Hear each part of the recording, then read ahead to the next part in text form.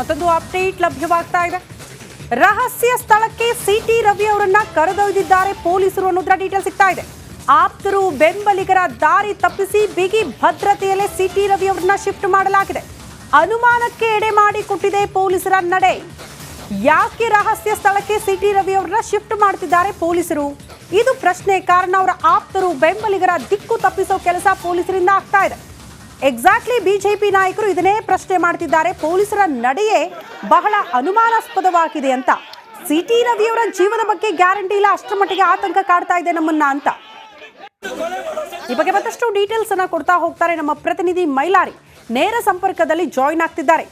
ಮೈಲಾರಿ, ನಿನ್ನೆ ಏನೆಲ್ಲ high drama ಆಯ್ತು ಅನ್ನೋದನ್ನ ಗಮನಿಸಿದ್ವಿ. ಆದ್ರೆ ಇವತ್ತಿನ ಡೆವಲಪ್ಮೆಂಟ್ ಏನ್ ಬೆಳವಣಿಗೆ ನಿರೀಕ್ಷೆ ಮಾಡಬಹುದು? ಸಿಟಿ ರವಿ ಅವರನ್ನ ಹೀಗೆ ದಿಕ್ಕು ತಪ್ಪಿಸಿ ಕರ್ಕೊಂಡು ಹೋಗ್ತಾ ಇರುವಂತ ಉದ್ದೇಶ ಏನು?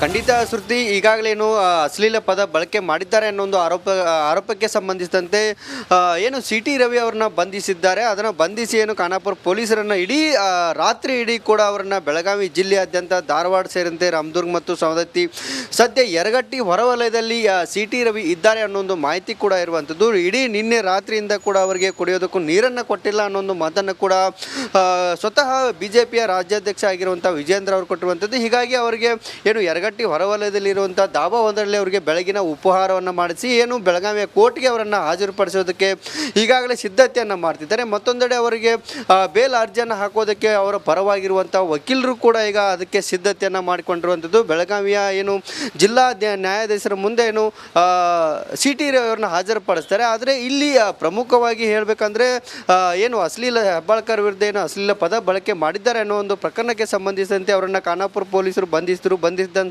ಸಂದರ್ಭದಲ್ಲಿ ಇಡೀ ರಾತ್ರಿ ಏನು ಹೈಡ್ರಾಮಾ ಕೂಡ ನಡೆದಿತ್ತು. ಅಲ್ಲಿ ಒಳಗಡೆ ಏನು ಬಿಜೆಪಿಯ ನಾಯಕರಿಗೂ ಅವಕಾಶ ಇರಲಿಲ್ಲ, ಯಾರನ್ನೂ ಕೂಡ ಅಲ್ಲಿ ಬಿಡ್ತಿಲ್ಲ ಮತ್ತು ಸರ್ಕಾರದ ಕುಮ್ಮಕ್ಕಿನಿಂದ ಈ ಎಲ್ಲ ಘಟನೆಗಳಾಗ್ತಿದೆ. ಮತ್ತು ಸಿಟಿ ರವಿ ಏನಿದ್ದಾರೆ ಅವರನ್ನು ಟೆರರಿಸ್ಟ್ ರೀತಿ ಪೊಲೀಸರು ಹೊತ್ತಾಕೊಂಡು ಹೋಗಿದ್ದಾರೆ ಅನ್ನೋ ಒಂದು ಪ್ರಮುಖವಾದಂಥ ಗಂಭೀರ ಆರೋಪವನ್ನು ಕೂಡ ಮಾಡ್ತಿರುವಂಥದ್ದು. ಸಾಕಷ್ಟು ಏನು ಈಗಾಗಲೇ ಅವರನ್ನು ಹೊರಗಡೆ ಕರೆದುಕೊಂಡು ಹೋಗುವ ಕೆಲಸ ಕೂಡ ಆಗ್ತಿರುವಂಥದ್ದು. ಸದ್ಯ ಇಲ್ಲಿ ಏನು ವಿಜೇಂದ್ರ ಅವರು ಕೂಡ ಈಗಾಗ ಬೆಳಗಾವಿಯ ಏನು ವಿಮಾನ ನಿಲ್ದಾಣಕ್ಕೆ ಬಂದಿದ್ದಾರೆ. ವಿಮಾನ ನಿಲ್ದಾಣದಲ್ಲಿ ಅವರು ಕೂಡ ಇರುವಂಥದ್ದು. ಸದ್ಯ ನಾವು ಇಡೀ ರಾಜ್ಯಾದ್ಯಂತ ಕೂಡ ಪ್ರತಿಭಟನೆಯನ್ನು ಮಾಡ್ತೇವೆ ಮತ್ತು ಪ್ರತಿಭಟನೆ ಕರೆಯನ್ನು ಕೊಟ್ಟಿದ್ದೇವೆ ಮತ್ತು ಪ್ರಮುಖವಾಗಿ ಇವರನ್ನು ಏನು ಟೆರರಿಸ್ಟ್ ರೀತಿಯಾಗಿ ಅವರನ್ನು ನೋಡ್ಕೊಳ್ತಿದ್ದಾರೆ. ಈ ಬಗ್ಗೆ ನಾವು ಸದನದಲ್ಲಿ ಅಥವಾ ಹೊರಗಡೆ ಏನು ರಾಜ್ಯಾದ್ಯಂತ ಪ್ರತಿಭಟನೆ ಕೂಡ ಮಾಡ್ತೇವೆ ಮತ್ತು ನಮ್ಮ ವಕೀಲರ ಜೊತೆಗೆ ಈಗಾಗಲೇ ಮಾತನಾಡಿದ್ದೇವೆ. ಎಲ್ಲ ಬೆಳಗಾವಿ ಬಗ್ಗೆ ಏನು ಬಿಜೆಪಿ ಏನು ಪಕ್ಷ ಸೂಕ್ಷ್ಮವಾಗಿ ಗಮನಿಸ್ತಾ ಇದೆ ಅನ್ನೋ ಒಂದು ಮಾತನ್ನು ಕೂಡ ಹೇಳ್ತಿರುವಂಥದ್ದು. ಮತ್ತು ರಾಜ್ಯ ಮತ್ತು ದೇಶದಲ್ಲಿ ಈ ರೀತಿಯಾದಂಥ ಘಟನೆಗಳು ಯಾರೂ ಕೂಡ ಮಾಡಲಿಲ್ಲ. ಇಲ್ಲಿ ಪೊಲೀಸ್ ಇಲಾಖೆನ ಏನು ಸರ್ಕಾರ ದುರುಪಯೋಗ ಮಾಡಿಕೊಳ್ತಿದೆ ಅನ್ನೋ ಒಂದು ಗಂಭೀರವಾದಂಥ ಆರೋಪವನ್ನು ಮಾಡ್ತಿದ್ದಾರೆ. ಶ್ರುತಿ. ಓಕೆ ಮೈಲಾರಿ, ಧನ್ಯವಾದಗಳು ತಮ್ಮೆಲ್ಲ ಮಾಹಿತಿಗೆ.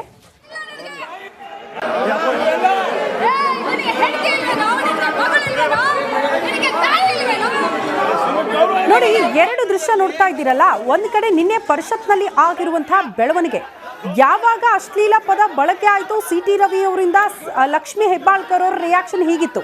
ನಿಮಗೆ ಹೆಂಡತಿ ಮಕ್ಕಳು ಇಲ್ವಾ ಅನ್ನೋದನ್ನ ಅವರು ಪ್ರಶ್ನೆ ಮಾಡಿದ್ರು. ಹೆಣ್ಣು ಮಕ್ಕಳ ಬಗ್ಗೆ ಇಂಥ ಪದ ಬಳಕೆ ಮಾಡ್ತೀರಲ್ವಾ, ನಾಚಿಕೆ ಆಗಲ್ವಾ ಅನ್ನುವಂಥ ಪ್ರಶ್ನೆ. ಸೊ ಪರಿಷತ್ನಲ್ಲಿ ಒಂದು ಅಶ್ಲೀಲ ಪದ ದೊಡ್ಡ ಮಟ್ಟದ ಕೋಲಾಹಲಕ್ಕೆ ಕಾರಣ ಆಯಿತು. ಒಂದು ಕೊಲೆ ಗಡಕದಿಂದ ಶುರುವಾಗಿರುವ. ನಮಸ್ಕಾರ, ಗುಡ್ ಮಾರ್ನಿಂಗ್. ಇದು ಮಾರ್ನಿಂಗ್ ರೌಂಡ್ಸ್. ನಾನು ಶ್ರುತಿ. ಸಿಟಿ ರವಿ ಬಂಧನ ಖಂಡಿಸಿ ಬಿಜೆಪಿಯಿಂದ ಬೃಹತ್ ಹೋರಾಟ ಆಗ್ತಾ ಇದೆ. ಬೆಳಗಾವಿಯ ಚೆನ್ನಮ್ಮ ವೃತ್ತದಲ್ಲಿ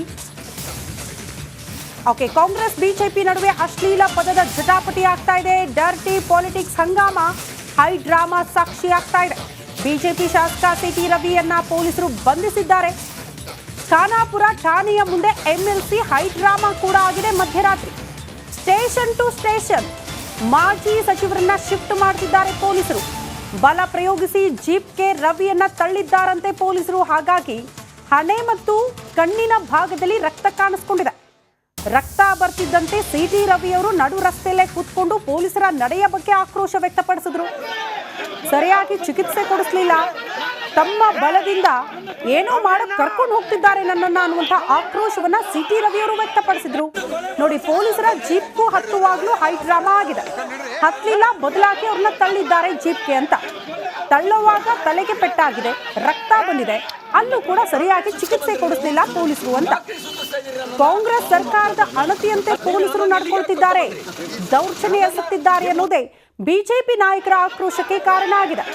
ಬರೀ ಸಿಟಿ ರವಿ ಮಾತ್ರ ಅಲ್ಲ, ಬಿಜೆಪಿಯ ಬಹುತೇಕ ನಾಯಕರು ಕೂಡ ಪೊಲೀಸರ ನಡೆಯ ಬಗ್ಗೆ ಕೆರಳಿ ಕೆಂಡವಾಗ್ಬಿಟ್ಟಿದ್ದಾರೆ. ಸುಖಾಸುಮ್ಮನೆ ಆರೋಪ ಅಂತ ಬೇರೆ ಹೇಳ್ತಿದ್ದಾರೆ. ಸಿಟಿ ರವಿ ಅವರು ಅಶ್ಲೀಲ ಪದ ಬಳಸಲೇ ಇಲ್ಲ, ಅದಕ್ಕೆ ಯಾವುದೇ ರೀತಿಯ ಸಾಕ್ಷ್ಯಾಧಾರಗಳು ಇಲ್ಲ ಅಂತ ಸ್ವತಃ ಸಭಾಪತಿಗಳೇ ಹೇಳಿದ್ದಾರೆ. ಅಷ್ಟಾದ್ರೂ ಕೂಡ ಅವರ ಮೇಲೆ ಗಂಭೀರ ಆರೋಪ ಮಾಡಿ ಸುಖಾಸುಮ್ಮನೆ ಈ ಕೇಸಲ್ಲಿ ಸಿಲುಕಾಕಿಸಿ ಅವರನ್ನ ಬಂಧಿಸಲಾಗಿದೆ ಅನ್ನುವಂತಹ ವಿಚಾರವನ್ನ ಬಿಜೆಪಿ ನಾಯಕರು ಪ್ರಸ್ತಾಪ ಮಾಡ್ತಿದ್ದಾರೆ. ಒಟ್ನಲ್ಲಿ ನಿನ್ನೆ ಪರಿಷತ್ನ ಕಲಾಪ ಅತ್ಯಂತ ದೊಡ್ಡ ಕೋಲಾಹಲಕ್ಕೆ ಕಾರಣ ಆಯಿತು. ಎಲ್ಲಿ ತನಕ ಅಂದ್ರೆ ಅಶ್ಲೀಲ ಪದ ಬಳಸೋ ತನಕ. ಅಶ್ಲೀಲ ಪದ ಬಳಸಿದ್ರು ಅನ್ನುವಂಥ ಗಂಭೀರ ಆರೋಪಕ್ಕೆ ಸಂಬಂಧಪಟ್ಟಂತೆ ಅಲ್ಲೂ ಕೂಡ ಜಟಾಪಟಿ ಆಗೋದಕ್ಕೆ ಶುರುವಾಯಿತು. ಈಗ ಮುಂದುವರೆದ ಭಾಗ ದೊಡ್ಡ ಮಟ್ಟದ ಪ್ರತಿಭಟನೆಗಳು ಶುರುವಾಗಿದೆ. ಚಿಕ್ಕಮಗಳೂರಿನಲ್ಲಿ ಬಿಜೆಪಿ ಕಾರ್ಯಕರ್ತರು ಹೈಡ್ರಾಮಾ ಮಾಡಿದ್ದಾರೆ. ಪೊಲೀಸರ ಮುಂದೆ ಬಿಜೆಪಿ ನಾಯಕರ ಹಂಗಾಮ. ಪ್ರತಿಭಟನಾಕಾರರು ಬಿಜೆಪಿ ಮುಖಂಡರ ಮಧ್ಯೆ ವಾಗ್ವಾದ ಆಗಿದೆ ಅನ್ನೋದರ ಡೀಟೇಲ್ ಸಿಗ್ತಾ ಇದೆ. ಹನುಮಂತಪ್ಪ ವೃತ್ತದಲ್ಲಿ ಬಿಜೆಪಿ ಕಾರ್ಯಕರ್ತರನ್ನ ಪೊಲೀಸರು ವಶಕ್ಕೆ ಪಡೆದುಕೊಂಡಿದ್ದಾರೆ. ಕುರಿಗಳಂತೆ ಮುಖಂಡರನ್ನ ಬಸ್ಗೆ ತುಂಬಿಕೊಂಡು ಹೋಗಿದ್ದಾರೆ ಪೊಲೀಸರು. ನೋಡಿ, ಈ ನಡೆ ಕೂಡ ಖಂಡಿಸ್ತಿದ್ದಾರೆ ಬಿಜೆಪಿ ನಾಯಕರು. ಪ್ರಜಾಪ್ರಭುತ್ವ ವ್ಯವಸ್ಥೆಯಲ್ಲಿ ಹೋರಾಟ ಮಾಡೋದಕ್ಕೆ, ಶಾಂತಿಯುತ ಪ್ರತಿಭಟನೆ ಮಾಡೋದಕ್ಕೆ ಅವಕಾಶ ಇದೆ. ಆ ಅವಕಾಶವನ್ನ ಕೂಡ ಹತ್ತಿಕ್ಕೋ ಪ್ರಯತ್ನ ಪೊಲೀಸರಿಂದ ಆಗ್ತಾ ಇದೆ ಅನ್ನುವಂಥ ಆಕ್ರೋಶ. ನೋಡಿ, ಹನುಮಂತಪ್ಪ ವೃತ್ತದ ಬಳಿ ಬಂದ್ರು, ಅಲ್ಲಿಯೇ ಕೆಲವರನ್ನ ವಶಕ್ಕೆ ಪಡೆದುಕೊಂಡ್ರು ಪೊಲೀಸರು. ಸಹಜವಾಗಿ ಈ ಹೋರಾಟ ಪ್ರತಿಭಟನೆಗಳಾಗುತ್ತೆ ಅಂದಾಗ ಪರ್ಮಿಷನ್ ಪಡೆದುಕೊಂಡಿರ್ತಾರೆ ಆಯಾ ಠಾಣಾ ವ್ಯಾಪ್ತಿಯ ಪೊಲೀಸರಿಂದ. ಅವ್ರು ಎಲ್ಲಿ ತನಕ ಪರ್ಮಿಷನ್ ಕೊಟ್ಟಿರ್ತಾರೋ ಆ ವ್ಯಾಪ್ತಿ ಮೀರಿ ಏನಾದರೂ ಮುಂದೆ ಪ್ರತಿಭಟನೆಗಳಾಗೋದಕ್ಕೆ ಶುರುವಾದ್ರೆ ಆ ಪರಿಸ್ಥಿತಿ ಹತೋಟಿ ಕೈ ಮೀರಿ ಹೋಗ್ತಾ ಇದೆ ಅಂದಾಗ ಅವರ ಬಂಧನ ಆಗುತ್ತೆ. ಇಲ್ಲೂ ಕೂಡ ಹಾಗೆ ಅದನ್ನು ಕಾಣಿಸ್ತಾ ಇದೆ.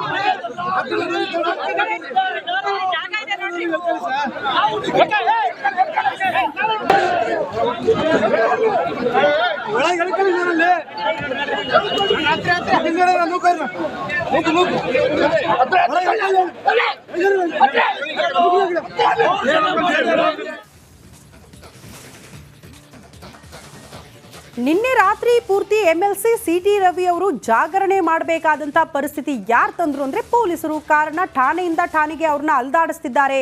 ಹಾಗಾಗಿ ರಾತ್ರಿ ಪೂರ್ತಿ ಕೂಡ ರೆಸ್ಟ್ ಇಲ್ಲ ಸಿಟಿ ರವಿ ಅವ್ರಿಗೆ ಅಂತ ಯರಗಟ್ಟಿಯ ಡಾಬಾ ಒಂದರಲ್ಲಿ ಕಾಫಿ ತಿಂಡಿ ವ್ಯವಸ್ಥೆ ಮಾಡಲಾಗಿದೆ ಅನ್ನುವಂತಹ ವಿಚಾರಕ್ಕೆ ಸಂಬಂಧಪಟ್ಟಂತೆ ಎಸ್ಪಿ ಭೀಮಾಶಂಕರ್ ನೇತೃತ್ವದಲ್ಲಿ ಸಿಟಿ ರವಿ ಅವರನ್ನ ರೌಂಡ್ಸ್ ಹಾಕಲಾಗಿದೆ. ಕೆಲವೇ ಕ್ಷಣಗಳಲ್ಲಿ ಕೋರ್ಟ್ ಮುಂದೆ ಹಾಜರುಪಡಿಸುವ ಸಾಧ್ಯತೆ ಇದೆ.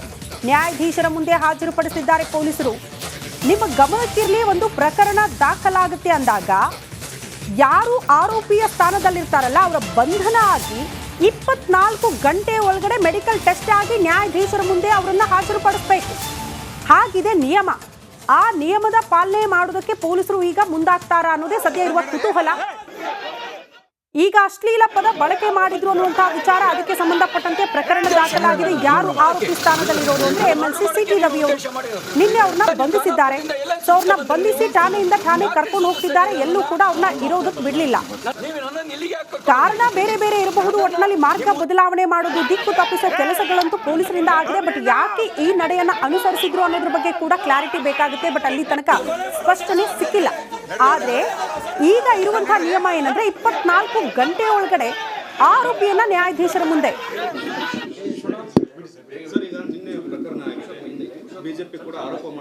ನೋಡಪ್ಪ, ನಾನು ಏನು ಹೇಳ್ತೀನಿ ಹಾಕಿದ್ರೆ ಮಾತ್ರ ಕೊಡ್ತೀನಿ, ಇಲ್ಲ ಅಂದ್ರೆ ನಾನು ಕೊಡೋದಿಲ್ಲ ಅಷ್ಟೇ.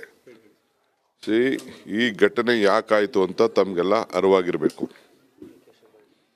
ಸಂವಿಧಾನದ ರಕ್ಷಕ ಸ್ಥಾಪಕ ಬಾಬಾ ಸಾಹೇಬ್ ಅಂಬೇಡ್ಕರ್ ಅವರ ಬಗ್ಗೆ ಆಡಿದಂಥ ಮಾತು ಅಮಿತ್ ಶಾ ಅವರು ಏನು ಮಾತಾಡಿದ್ರು ಅದನ್ನು ಎರಡು ಸದನದಲ್ಲೂ ಮತ್ತು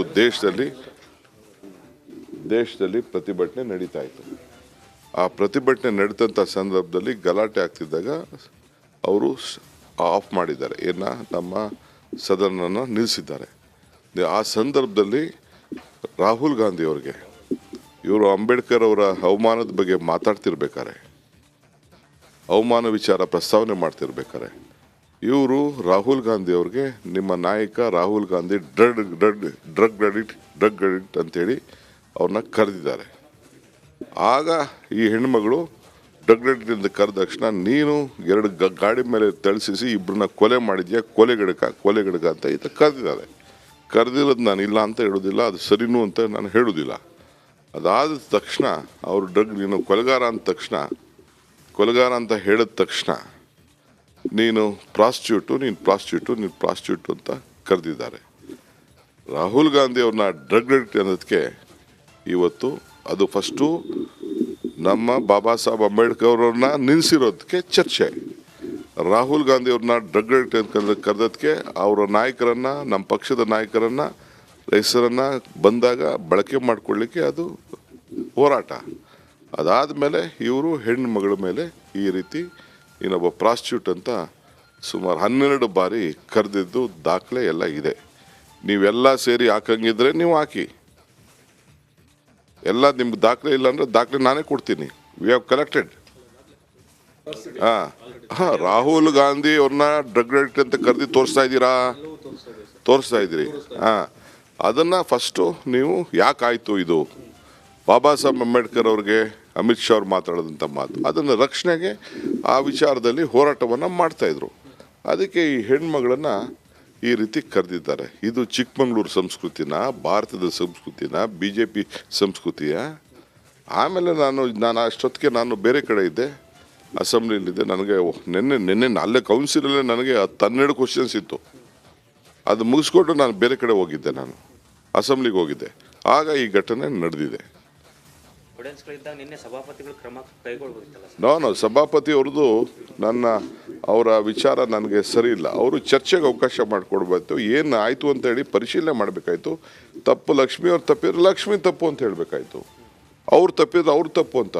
ಏಕಾಏಕಿ ಅವರಿಬ್ಬರ ಇದನ್ನು ತಗೋಬಿಟ್ಟು ಅವ್ರು ಹಿಂಗೆ ಹೇಳಿದ್ರು ಇವ್ರು ಹಿಂಗೆ ಹೇಳಿದ್ರು ಅಂತ ಸೆಂಡ್ ಮಾಡಿದ್ದು ಅವ್ರಿಗೂ, ಯಾಕೆಂದರೆ ಅಷ್ಟು ಹಿರಿಯ ಇದ್ರದ್ದು. ಅವರು ಯಾವುದೇ ಪಕ್ಷದವ್ರು ಇರ್ಬೋದು, but is a non political member. ಎಲ್ಲರನ್ನ ರಕ್ಷಣೆ ಮಾಡಬೇಕಾದ್ದು ಅವರ ಡ್ಯೂಟಿ. ಅದು ಕೂಡ ಸರಿ ಇಲ್ಲ. I have great respect for him.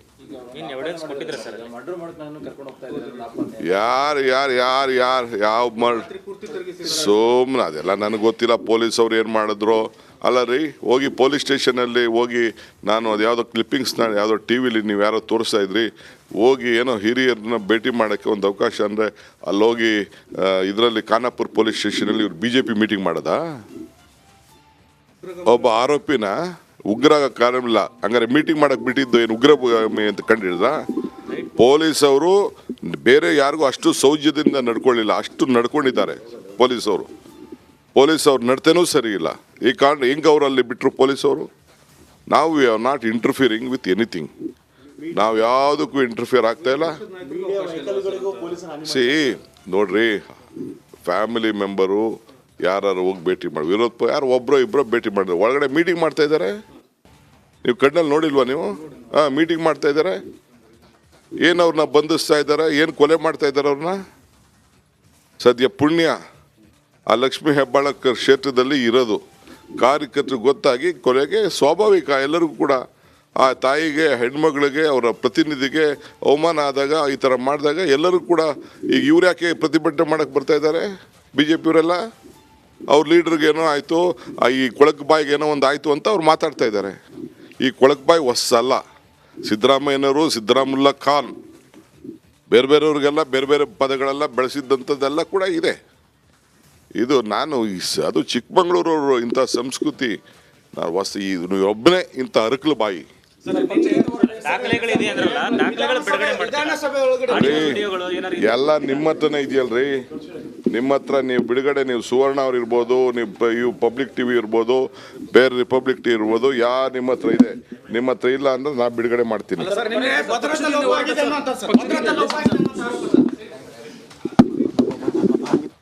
Exactly ಇದು ಡಿಸಿಎಂ ಡಿಕೆ ಶಿವಕುಮಾರ್ ಅವರ ರಿಯಾಕ್ಷನ್ ನಿನ್ನೆ ಆಗಿರುವ ಬೆಳವಣಿಗೆಗೆ ಸಂಬಂಧಪಟ್ಟಂತೆ. ಹೌದು, ಸಂವಿಧಾನ ಶಿಲ್ಪಿ BR ಅಂಬೇಡ್ಕರ್ ಅವರ ವಿಚಾರಕ್ಕೆ ಸಂಬಂಧಪಟ್ಟಂತೆ ಚರ್ಚೆ ಆಗ್ತಾ ಇದ್ದ ಹೊತ್ತಲ್ಲೇ ಆಡಿದಂಥ ಮಾತುಗಳು ಕೂಡ ಇವಾಗ ನನಗೆ ನನ್ನ ಮೊಬೈಲ್ನಲ್ಲಿ ಆಡಿಯೋ ಕ್ಲಿಪ್ ಇವಾಗ ಲಭ್ಯವಾಗಿದೆ. ನಿಮಗೆಲ್ಲ ಸಿಕ್ಕಿದೆಯೋ ಗೊತ್ತಿಲ್ಲ. ನಿಮಗೂ ಸಿಕ್ಕಿದೆಯಾ? ನಮ್ಮ ಅದೇ ಇದು ರಾಹುಲ್ ಗಾಂಧಿ ನಮ್ಮ ಇದು ನಮ್ಮ ನಾಯಕರ ಬಗ್ಗೆ ಅವರು ಆಡಿದಂಥ ಮಾತುಗಳು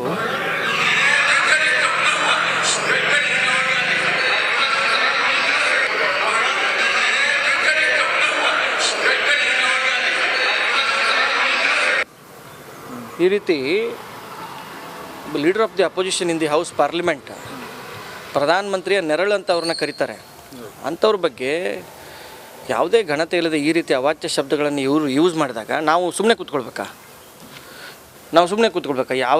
ಯಾರೇ ಅವರ ಲಕ್ಷ್ಮೀ ಹೆಬ್ಬಾಳ್ಕರ್ ಸ್ಥಾನದಲ್ಲಿ ಯಾರೇ ಇದ್ದರೂ ಕೂಡ ನಮ್ಮ ನಾಯಕರ ಬಗ್ಗೆ ಆ ರೀತಿ ಆಡಿದಂಥ ಮಾತುಗಳಲ್ಲಿ ಅವರು ಒಂದು